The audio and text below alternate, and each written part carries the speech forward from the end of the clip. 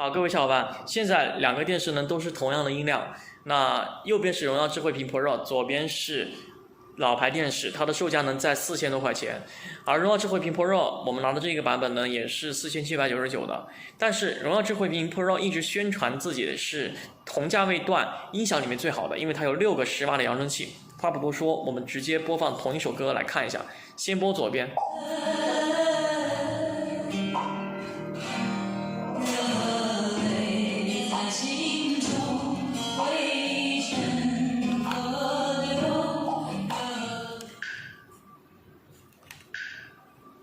右边，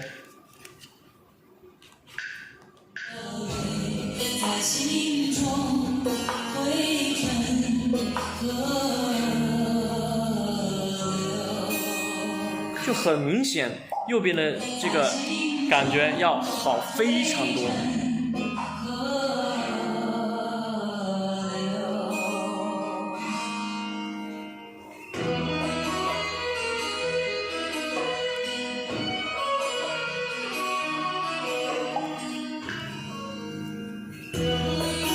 大家感受到了吗？这个差距还是非常明显的。